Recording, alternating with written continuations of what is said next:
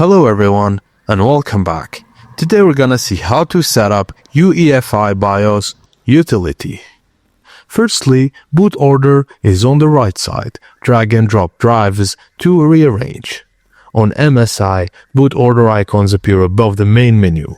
Drag and drop detected drives into the desired order, and detected devices also appear in MSI's list. Go to the boot tab, then boot devices are listed simply, rearrange by selecting priorities. Save changes and press F10 to save and exit after adjusting the boot order.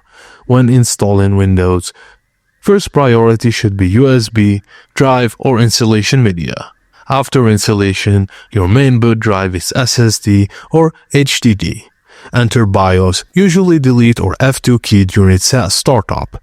Use easy mode, click and drag or advanced mode and set your desired boot priority, then press F10 to save and exit. And that's it guys, thank you for watching and please don't forget to like and subscribe for more.